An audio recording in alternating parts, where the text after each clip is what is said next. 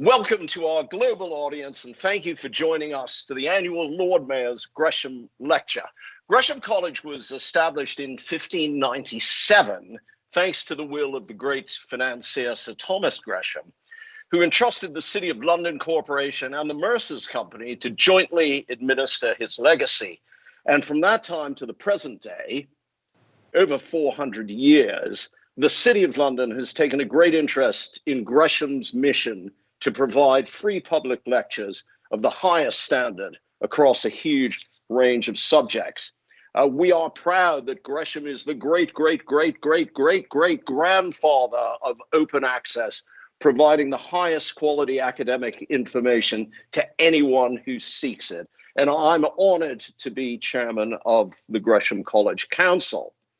This evening, we're going to be hearing from the Right Honourable the Lord Mayor of the City of London, Alderman William Russell, who will be sharing his views on building back better, the city's role in a green-led economic recovery. This is related to his mayoral theme of global UK trade, innovation and culture, with the aim of growing global trade and investment opportunities, championing innovation and promoting a rich and vibrant cultural and creative economy. William has over 30 years experience in finance and business.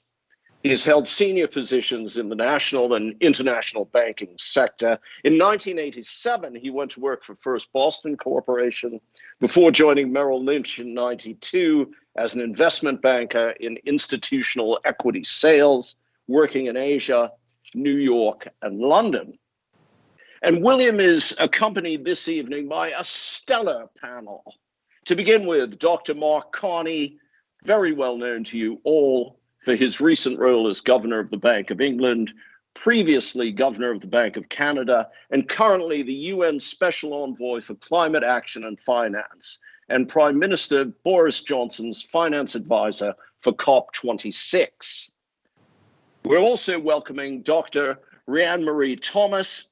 Rhian-Mari was appointed Chief Executive of the UK Government and City of London Corporation-backed Green Finance Institute in 2019. She's chair of the Green Finance Institute's Coalition for the Energy Efficiency of Buildings. She was previously the global head of green banking and the founder and chair of Barclays Green Banking Council. We're also joined by Liv Garfield. Liv took up the reins as chief executive of Severn Trent, the Midlands-based water and waste company, in 2014. Before that, she was at BT for 12 years, where her last role was chief executive of Openreach, their engineering division. She is also CEO of the Council for Sustainable Business and has recently been appointed to the Build Back Better Council, which is co-chaired by the Prime Minister and the Chancellor. I'm honored to welcome the Lord Mayor and our panel members, and we so look forward to hearing from you on these important issues around green finance. Members of our online audience can pose questions via the Ask a Question section. Please do, and we'll try to address a few of those at the end of the event. And now it's over to the Lord Mayor, William. Thank you very much, Lloyd. Good evening, everyone, and it's a pleasure to be here with you all. I'm going to start my lecture with a brief story, which may begin to sound a little familiar to you all. In the 2nd century, both the world superpowers, the Han Dynasty in China and the Roman Empire in Europe, were using new trade routes to sell their goods. Trade routes like the Silk Road, which linked Peking and Constantinople. And while they were shipping food and textiles, there was another cargo that no one could see: diseases, which the separate hemispheres had acclimatized to, were now being shared with those who had no resistance to them. As the scholars of both civilizations wrote at length about their new respective diseases, the world's peat bogs, tree rings, and ice shelves were documenting another shift, namely global temperatures dropping. The fields of wheat and rice, now mostly empty of farmers who were too ill to work, were now experiencing lower rainfall and harsher winds. Both the East and West had adapted to shifts in the climate. But to do that and deal with new diseases was something neither society had faced. How did they react? They were unable to realize the massive risk that these two issues would have on their worlds. So they were unable to help their civilizations, which meant that these two crises created the stage for the fall of the Roman Empire and a series of civil wars in China, which lasted 60 years. Without the right action, global society was severely scarred for over a century. Now let's fast forward about 1,800 years. It's 2021. The world is in the grips of a deadly condition. And with record high temperatures being set every year, we are experiencing another change in the climate, with all the science pointing to this being a man-made shift. There are, of course, certain similarities with our ancient forebears, yet things could not be more different. And that largely boils down to one thing: risk. Today, we know the risk of these two global issues, and we know the risk in responding to them in the wrong way, because calculating these huge risks is an everyday occurrence. It is part of every industry around the world. Indeed, it was our fantastic insurance sector, which started in the City of London after the Great Fire ravaged many homes and businesses, that brought risk into the heart of financial decision making. Now, whenever you apply for a loan, get a bank account, or take out an insurance policy, your risk is calculated. The risks of both these crises have also been realized. With COVID-19, much work has been rigorously and rightly focused on maintaining a sense of normality, which means staying home to protect the NHS and save lives, while supporting sectors that will drive the recovery.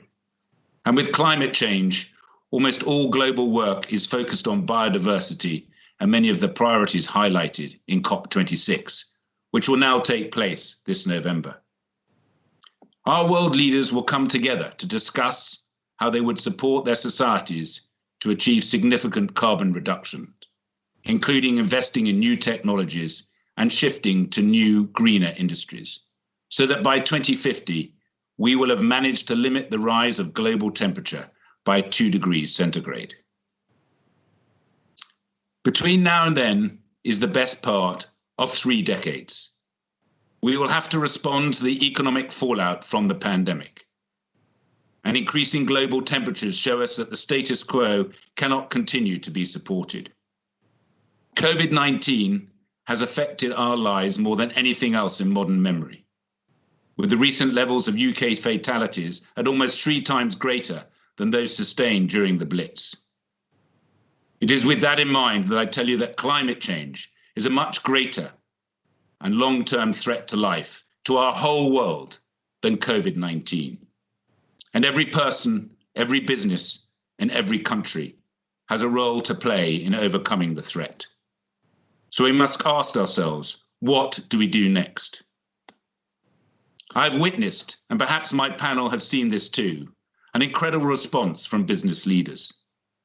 As we are momentarily paused on our journey down the green brick road to COP26, there is a desire from many industries to use this opportunity to build back better and to build back fairer. Governments and the private sector are looking to find new green and sustainable solutions to many of the economic problems we now faced, so that we not only repair and grow from the COVID crisis, but we build an infrastructure that can support the changes we want to see by 2050 and protect us against future risks. What I will focus on today is discussing why the financial and professional services sector is at the heart of these decisions, and what the City of London and the UK is doing to ensure any recovery is green and sustainable.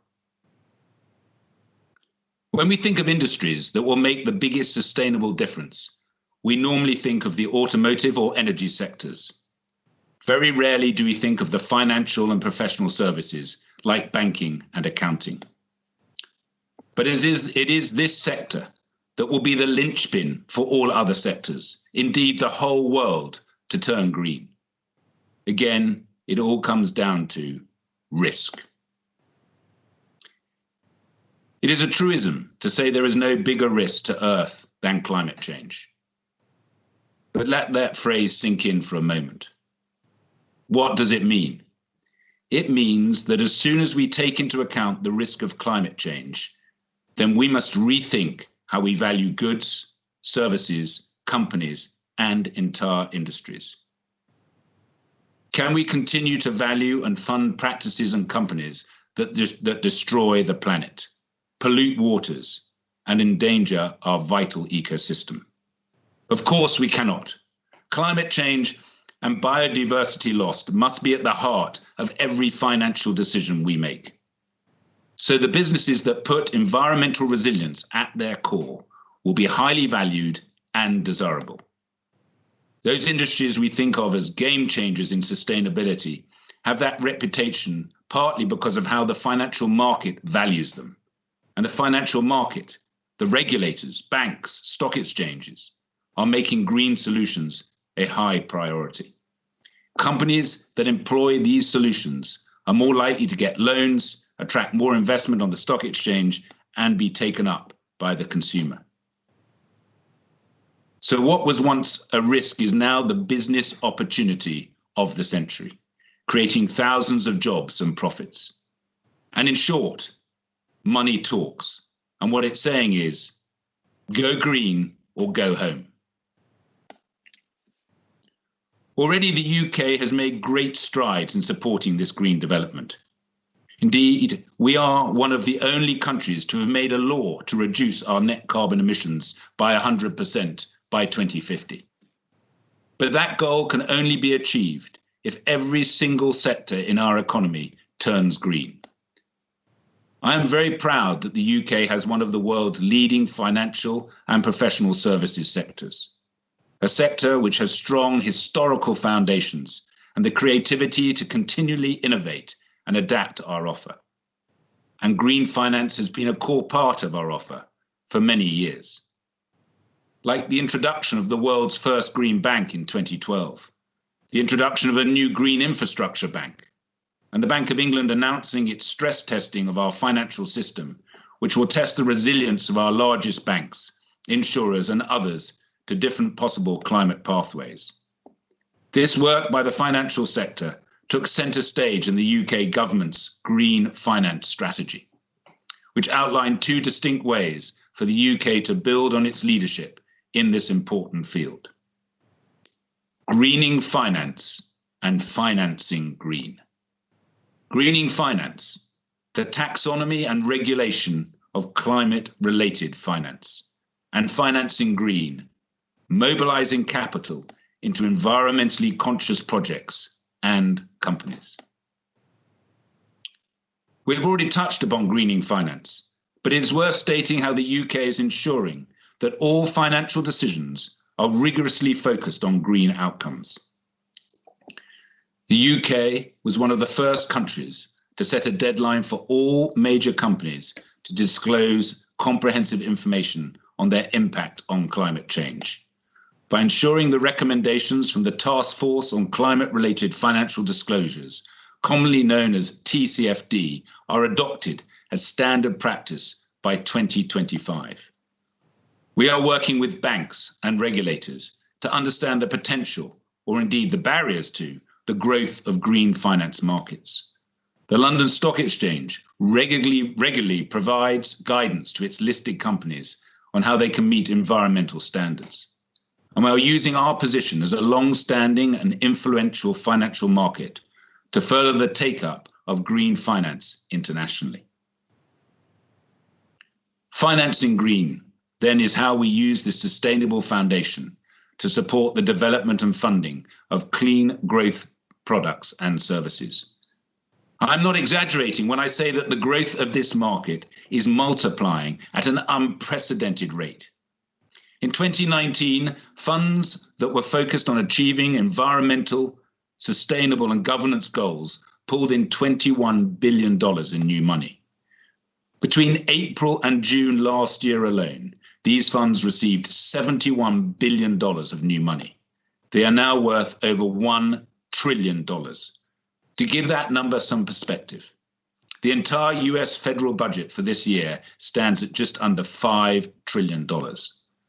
So to finance green properly, we need to ensure that worthy UK products and services can access these funds, and internationally, ensure investment goes towards projects that support clean growth in other countries. Recently, the Prime Minister issued his 10-point plan to ensure clean growth across the UK. Investment in industries like hydrogen and nuclear power, electric vehicles and sustainable homes will help the whole country build back better. And the whole UK financial sector will support this clean growth, ensuring these projects get the sustainable funding they need. One thing I've learned in my real and now virtual travels around the world is this: the money is there. Now all we need are the projects.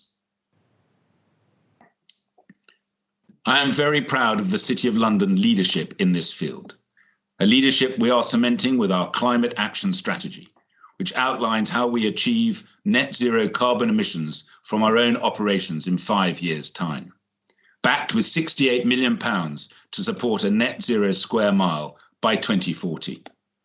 We have also worked very closely with the UK government, and through this teamwork, we created the Green Finance Institute in 2018, which pulls together government, research and financial expertise, and identifies practical and commercial means to reallocate capital for a new sustainable economy. There really is no equivalent in the world to the Green Finance Institute. And alongside the World Economic Forum, it set up the Green Horizon Summit, which I co-hosted at the Mansion House last November with Mark Carney.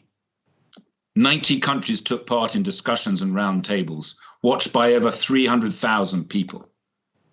And you will know it was a time of action, with major announcements about how the financial sector will help create a climate-resilient economy by 2050, including the UK government's introduction of a new green taxonomy to help firms and investors understand the impact of their decisions on the environment, and how the Treasury would issue the government's first sovereign green bond this year. It was cheering to see such activity and so many countries aiming towards the aspirations of COP26. Ladies and gentlemen, we're all aware of the risks of inaction. And it is positive to see finance beginning to focus on a climate resilient future which supports a sustainable economy. But we're not there yet. We have yet to reach a future in which every financial decision takes climate change and other sustainable factors into account. A future where everyone is focusing on building back better, or a future in which green finance is simply called finance. So what's next? I believe there are 3 things we need to focus on. The first, what are the global trends and big ideas that financial sectors must consider when shifting to a climate resilient future on their journey to COP26? Second, knowing those ideas, how do we ensure that action is taken to mobilize capital to support this and the UK's leadership? And finally, third, what does all this mean for business? How does adhering to these climate responsibilities transform into commercial opportunities? I'm very grateful to have a fantastic panel to discuss each of these points and give their perspective. Our window to act is finite and closing quickly. That's why I'm calling for action. Action now and action through COP26 later this year. Because as everyone knows, if you haven't made a decision to go climate neutral by COP26, you're not part of the solution. You're part of the problem. I believe we all have it within ourselves to be part of the solution and create a sustainable foundation for our society. By embracing this opportunity ahead of us, we can do the one thing which will help us for centuries to come, to build back better. Thank you for listening. And Loyd, over to you. Thank you, William. And I'm sure that go green or go home is now trending globally. It's a wonderful battle cry. I'd now like to hand over to Mark Carney. Mark.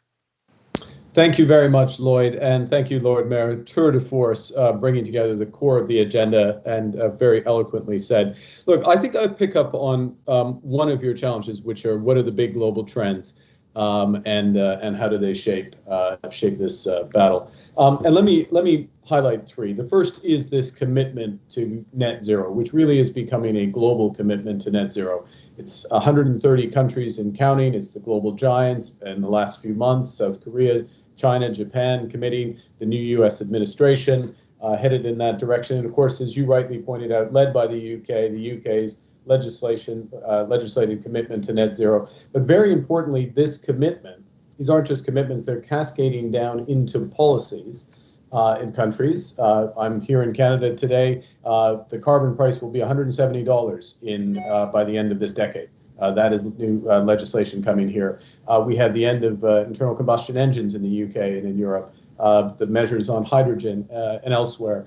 So real policy that's backed up, and that will interact with the financial sector, and I'll come to that. But the next level is down to companies. And of the largest companies in the world, we're up to 1,200 of our largest companies around the world have committed themselves to move to net zero. And these aren't just written on the back of a napkin. These are commitments that are increasingly grounded in science-based transitions towards net zero. So you have that level of action. So that's the first and foremost thing. And what is also happening within that global approach is companies are looking increasingly as true stakeholders towards their supply chains, their value chains, and going across that. So their suppliers down to their clients and helping to adjust there. The second thing is the economics of this movement. The end of the technologies have shifted quite rapidly over the course of the last decade, 15 years. I think most of us are familiar with about a 70% fall in the cost of renewables, renewable power in most jurisdictions, not all, but most jurisdictions are the most economic marginal form of generation. And in fact, we expect to see most power this year to come from renewables. But what's also happened, so there's a large proportion of this reduction that can be achieved on economic terms just through turning over the capital stock, making investments, out with the old, in with the new, going green, not going home, to re-emphasize your phrase. But what happens because of that, and because of this focus on net zero, and this is an important point, is it shines a light also on those areas and technologies in which we need to advance. So think hydrogen, which is very promising, but isn't quite there on an economic basis. Direct air capture, carbon capture and storage, again, very promising, necessary in many respects, but needs more investment and more progress. Sustainable aviation, maritime fuels, those types of areas, those breakthrough technologies are now out in the open, if you will. And those entrepreneurs, innovators, and those who will back them with their capital have the opportunity to focus on that. The last big trend is what you emphasized at the heart of your remarks, of this transformation in the financial sector, really led by the City of London. And I want to salute the Green Finance Institute, the leadership of the Lord Mayor's office in this, because you've been central to it. The objective, as you rightly pointed out, every decision takes climate change into account. Every financial decision takes climate change into account. You need reporting, UK leading with the mandatory move towards TCFD, which the Chancellor announced at your Green Horizon Summit in November. The UK leading with risk management of banks, the Bank of England, the first major central bank to do climate stress tests, which will be launched just a bit later in this spring. The UK leading on the return side. Some of our largest asset managers, whether it's Schroders or Legal & General, Aviva. Now I shouldn't have started this because I'm going to offend somebody by leaving them out, but please, you're on top of my mind. Banks such as Barclays and HSBC making these commitments to net zero.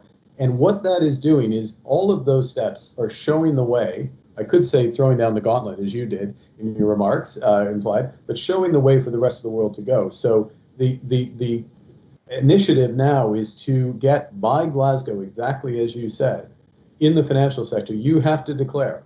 You either have a path towards net zero and a commitment for that, and you're going to measure it and mark it and manage it, or you've chosen not to. and it's our job to give everyone that opportunity. Last comment I'll make is that we do need to build out the market structure as well. A huge element of that, Rhian-Mari and others have been working very importantly on project finance, blended finance, other aspects of market, green mortgages, creating those.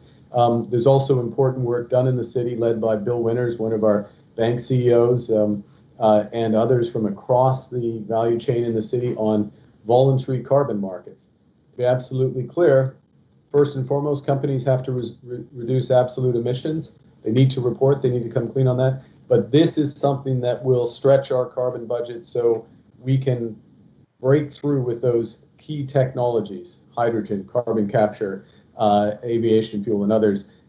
It's complementary, it's catalytic, and very importantly, in the tradition of the City of London, it's cross-border. And last C, if I may, it can bring those co-benefits, including, very importantly, for biodiversity. Listen, I came to hear you, and I came to hear my fellow panelists, and from the thousands of people who are watching. So I'm now going to hand back to you, Loyd, so we can advance. Thank you. Thanks for that, Mark. And now I'd like to turn to Rhian-Mari. Thank you very much, Loyd. Firstly, may I thank you, Lord Mayor, both for your lecture and your ardent support for green finance, and of course to Mark Carney for laying out the very foundations upon which green finance is being built and developing the frameworks that will advance it. As of today, thanks in no small part to the TCFD framework, no financial company can justifiably claim that they don't know that climate change is a source of financial risk, or that it must be integrated into financial decision making. And it is on these foundations that the financial services are positioning ourselves to support a green recovery by decarbonising and by financing the transition of the global economy to net zero carbon, all within the next 3 decades. Over the past 3 decades, primarily through burning fossil fuels, we've emitted more carbon dioxide into the atmosphere than in all the preceding decades since the beginning of the Industrial Revolution. That means we have done as much to alter the stable climatic conditions that have enabled human civilization to thrive since the IPCC released its first climate report and Al Gore published his first book on climate change than in all the millennia that came before. We have caused as much damage knowingly as we ever did in ignorance. And that is a collective failure of leadership that represents a debt to future generations and means we cannot afford any further delay over the decade to come. Just as the financial crisis of 2008 and its aftermath impacted the decade that followed, so the legacy of this pandemic will determine the rest of the 2020s. There were green stimulus packages after the crisis in 2008. An estimated 16% of the $3.3 trillion that were allocated to fiscal stimulus worldwide was devoted to low carbon and environmental measures. Much of the other spending, however, went on carbon intensive projects like concrete, construction and coal, which led to a record-breaking rebound in carbon emissions of nearly 6% in 2010. But the green investment did succeed in rapidly developing the renewable energy sector, creating millions of jobs and accelerating the cost efficiency of wind and solar power such that today, as Mark mentioned, solar and wind are the cheapest form of new generation in countries covering over 70% of global GDP. And that will be the case everywhere by 2026.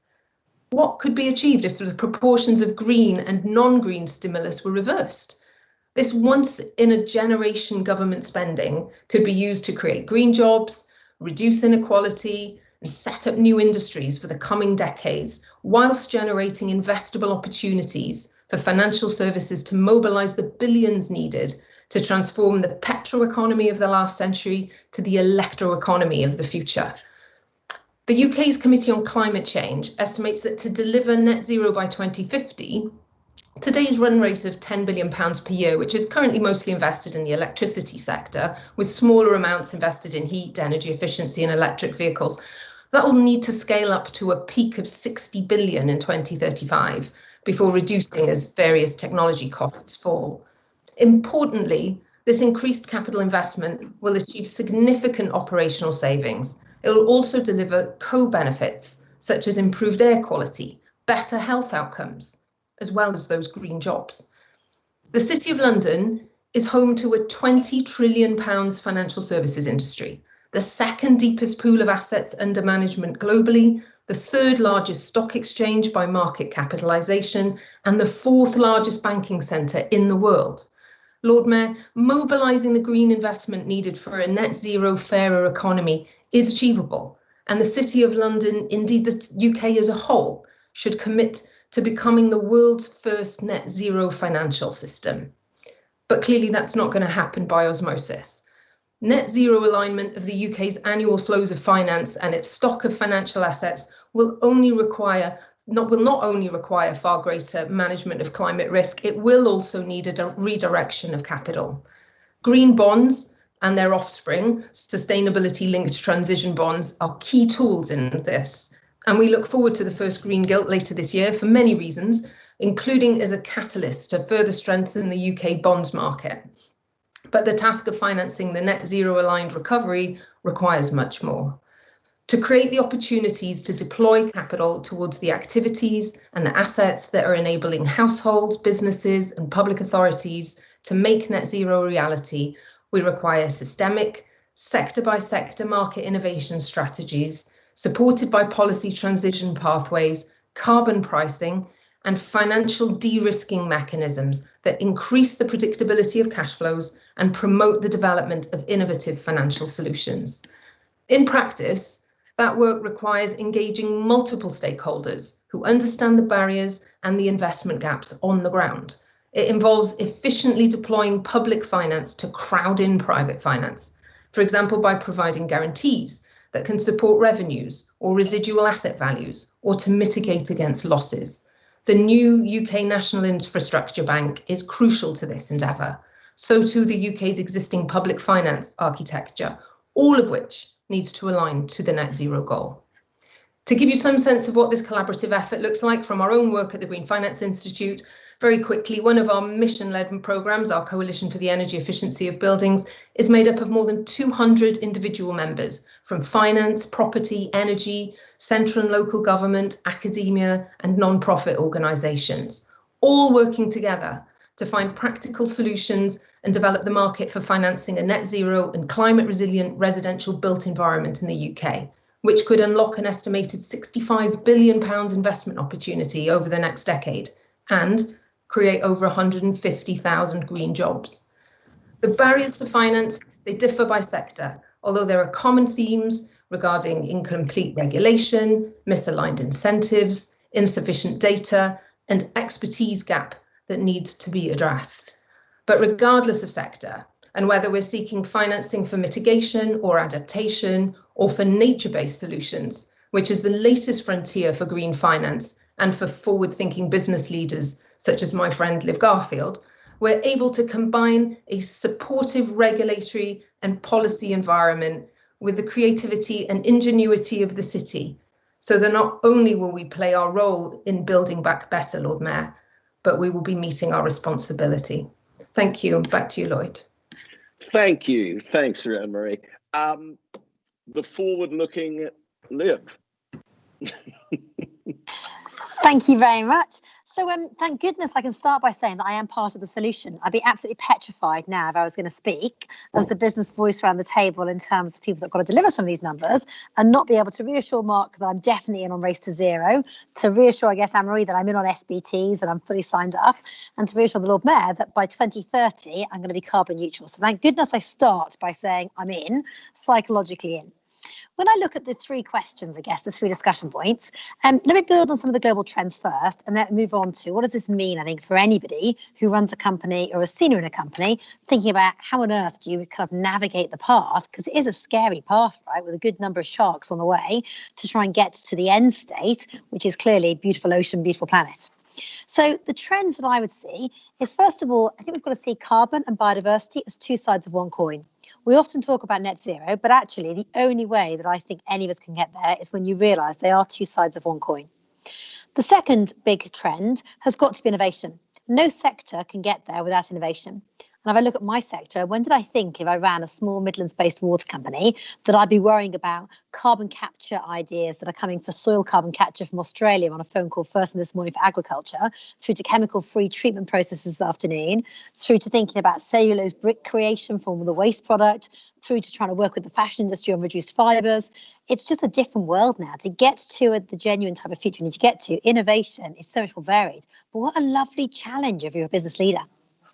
The third global trend, I think, is this new set, I think this will grow, is that shareholders not only want to try and encourage on topics that they've been energised on for a while, I think this becomes one of their new heartlands. So remuneration has been one of those things that's been a big discussion point for shareholders. But actually, I suspect sustainability and net zero plans become the next big debate. And I think we've seen Unilever be the first company to go live with the fact that they actually want to have an AGM vote on it. I think you'll see others follow, right? I don't think that will be unusual for the best companies in the future. And I think lockdowns created more emotional connection to the planet. And we should be really clear about that, right? Whether it's more plant-based eating, whether it's an acceleration to EV, I've just bought myself an electric vehicle, whether it's green blue homes or whether it's more renewable, it doesn't really matter what your choice is. You feel much more connected. And for government, that's hard, isn't it? Because governments can't tell business what to do to some extent. They can encourage a policy.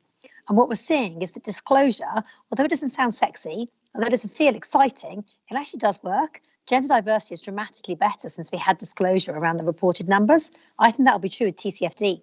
So I think it's got an awful name. Anything that's called 4 letters is dreadful, I'm afraid. No brand and marketing person would ever allow you near it. But it is going to, I believe, change the world, right? I do believe that.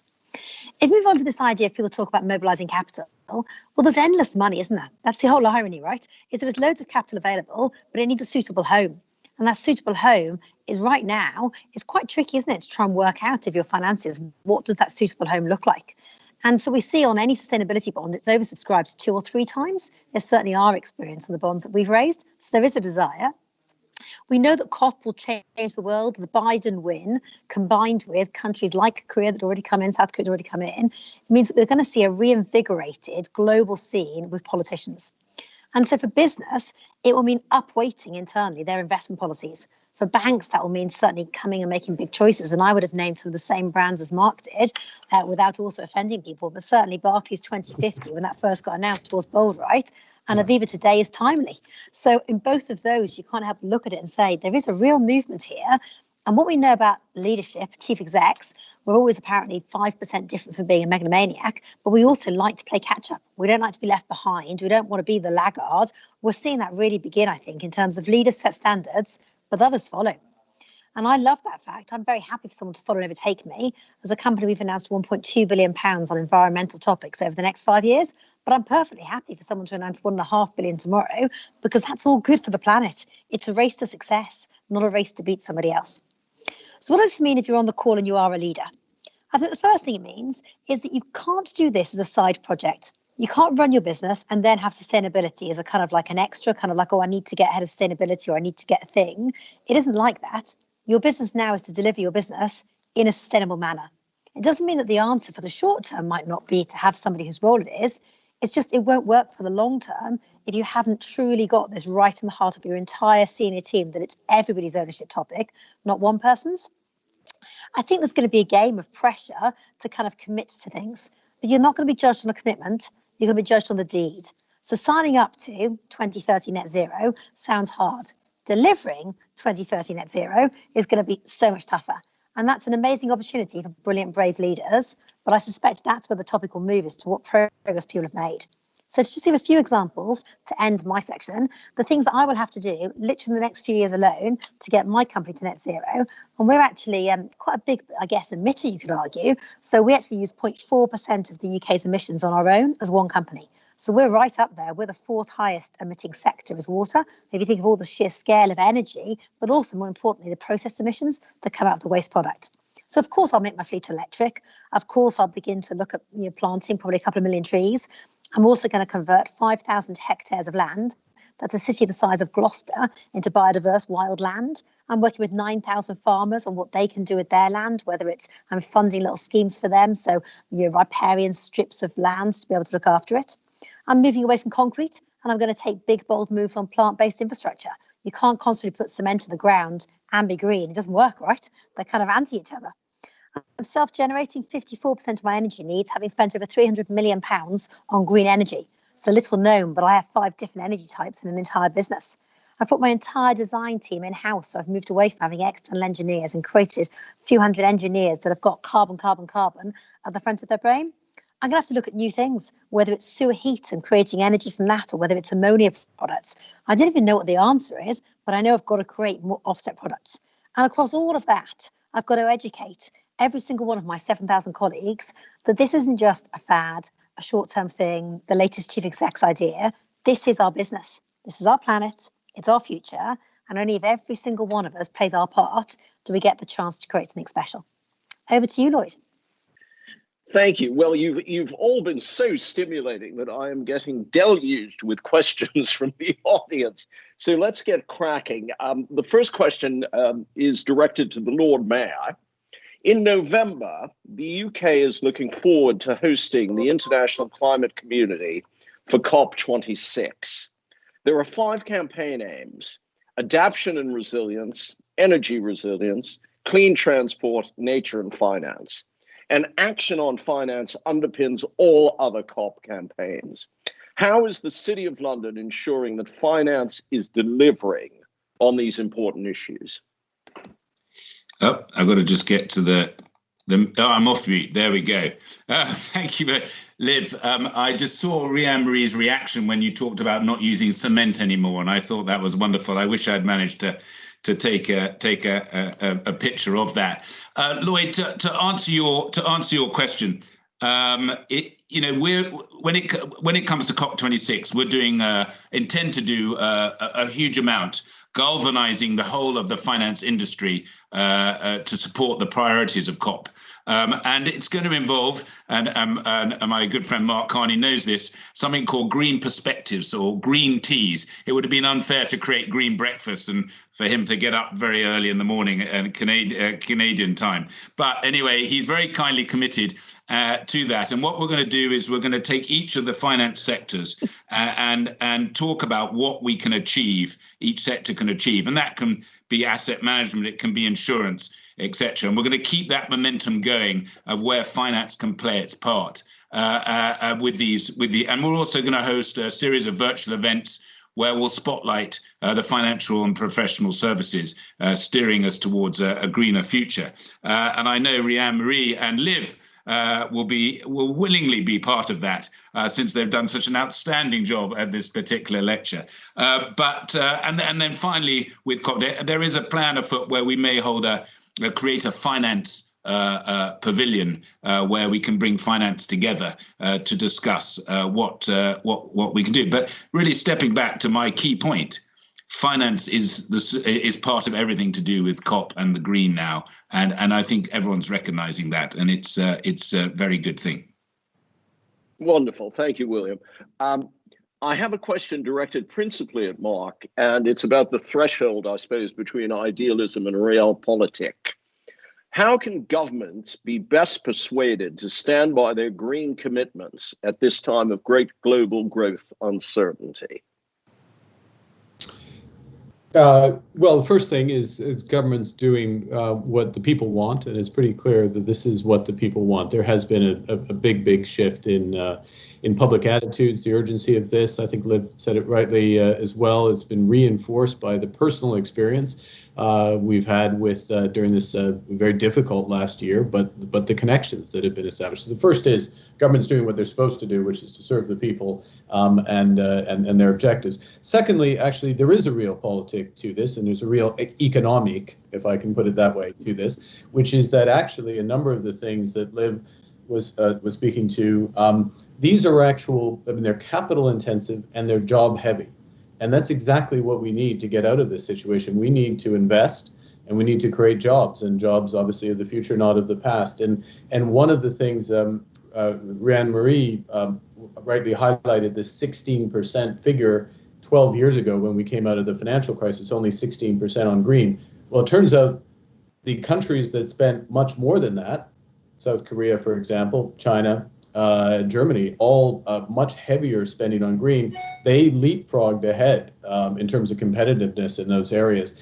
And thirdly, what's happened as well is that the progress we've made, others have made, I haven't made any, but they've made in engineering and these technologies, have meant that actually job-heavy, investment-heavy opportunities are about the sustainability agenda. And you see a lot of that in the 10-point plan of the UK government. So there is an alignment here without question. And there's a competitiveness element to this, which is being recognized. Last point, if I may, which is stepping away from governments and going back into the city. People are looking to do the right thing, but they're also recognizing, I thought it was a clever play on words in the Financial Times over the weekend, that green is good. Now just think back of what that first word used to be back in the 1980s. And there is an alignment between profit and planet. Thank you. Rhian-Mari, what do businesses need from regulators to accelerate this process of building back better and greener?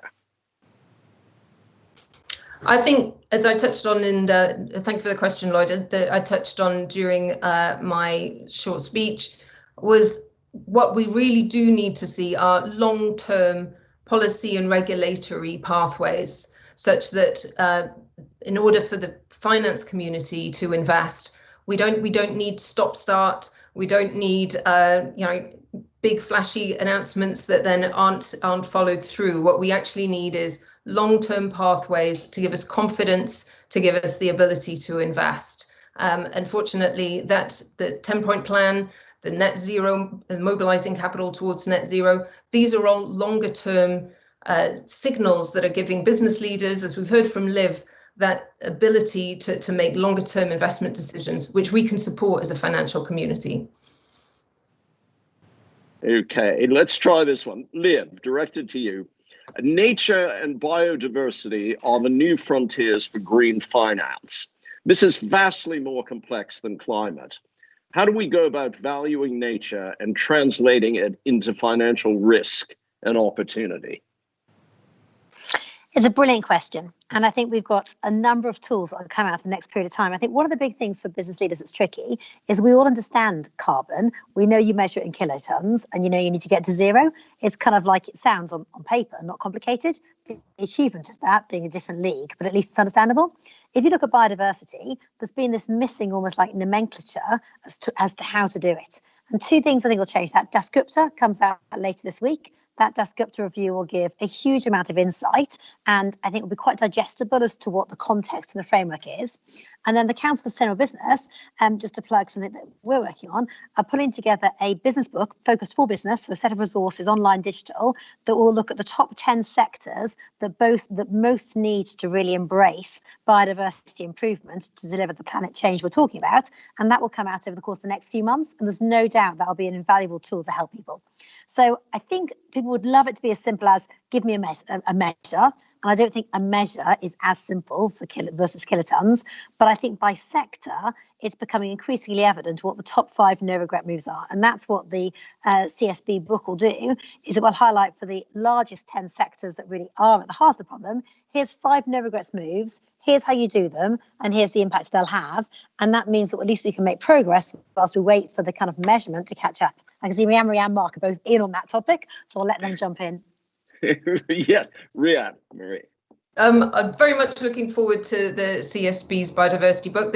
And obviously tomorrow we've got the Dasgupta review coming out. The other, and at the risk of your wrath about branding, Liv, the other project is the TNFD, the Task Force on Nature-Related Financial Disclosures, which now boasts over 73 different members who are all working towards defining how that task force, when it is set up properly in May or June next year, how it should tackle this really complex topic, recognizing that whilst nature and climate are two sides of the same coin, and there's a lot we can learn from the path of climate and how we've incorporated that into financial markets, we're going to need to break down nature into its constituent parts, deforestation, land use, oceans, pollution, and look at what the materiality matrix looks like by jurisdiction as well as by industry sector. So huge amounts of work to do. And I'm very pleased to say that the Green Finance Institute is helping drive the TNFD work alongside a number of other co-chairs and supporters. Loyd, I'm just going to come back on the previous question about regulatory and legal frameworks, if I remember. And the answer is that, yes, that they will have to adapt. The demand is going to be there for all these legal firms and the regulator. And I just step back on the regulator and look what Mark did when he was a governor of the Bank of England. But let's use an example of fintech. The FCA regulator single-handedly, by doing what they did around fintech, we are the fintech center of the world because the regulator adapted accordingly. And I think, I'll let Mark jump in because he knows more about it than me, but you'll find that the legal business and the regulator will adapt because they recognize, firstly, remember the FCA has a mandate to look after the consumer, and the consumer wants this to happen, the greening of society. So I think you'll find that the lawyers and regulators, and tell me if you've ever found a poor lawyer, they will take this opportunity up and make sure that they do adapt. But Mark. Well, I think that's right, and I think they're adapting for the right reasons and with the right intentions. And I think what we find in these situations is that, for example, with the TCFD, the lovingly branded TCFD, so wonderful that it's being copied, I might notice, or improved upon with the TNFD, which is, I will say that on the nature-based is incredibly important. It is important that there was a period of private sector development, experimentation, use of this type of disclosure, deciding what's decision useful, what can be efficiently disclosed, and what focuses on the issue at hand. And the private sector can take it a certain degree, and it has, but then the regulators play their role and the governments play their role. And I think the UK government and the FCA have done this exactly right, which is they've come in, the pension regulator as well, and phased in mandatory TCFD. And that will provide a level playing field, level information, consistent information in order to allocate capital in the right way. But there are a host of areas, and I'll flag one other one, which is I still think needs private sector development. And I'll hand back to you, Loyd, which is judgments around Scope 3 emissions are evolving. There's simpler sectors, if you will. The energy sector, the automobile sector, it's relatively straightforward to say that the Scope 3 emissions are the most important elements there. But many other sectors, capturing what you capture in the value chain, where you allocate it, the quadruple or quintuple counting of the same emissions. Of course, it creates very powerful incentives, but at some point, those judgments will need to be refined and regularized. Last point, just while I have the open mic, is that I really want to underscore the importance of the biodiversity agenda, and I'm very pleased to see that it is coming center stage. There'll be a huge amount of innovation that's necessary, and I think it was exactly right, I believe, Liv, you made this point, which is it's two sides of the same coin, and we will not get, though, the climate is a necessary but not sufficient condition, obviously, for biodiversity, and it takes a deliberate focus on this, and that is beginning. Very quickly, very quick answers. Can green finance help to address the toxic political and social consequences of growing income and wealth inequality? Yes, it can create jobs. So 3 things it can do. Number 1, it can create much needed jobs. Number 2, in a perfect world, some of those jobs create a nicer atmosphere. So, for example, greener towns, greener cities. And the third thing we can do is we can target where we put the investment to parts of the country where social mobility is maybe more needed. So I think this is total choice spend, and we can grow back greener. I would agree with that. And in my speech, I talked about build back better, but I also said build back fairer. So this just transition is absolutely critical part of what we're trying to achieve and what the politicians are trying to achieve. And the Prime Minister sees it as part of his levelling up agenda. Green is very much part of that. Excellent. Well, thank you all for such stimulating and indeed inspiring thoughts. Thanks very much to our audience for joining us this evening. You can see more Gresham lectures on our website, including upcoming lectures by Jackie McGlade, who's Gresham's Professor of the Environment, on how to build a just and prosperous planet, something we're all looking forward to. And of course, you can see the Lord Mayor's previous event on culture, creativity, and the Culture Mile. Thank you all very much indeed. Have a wonderful evening. Thank you, and good night.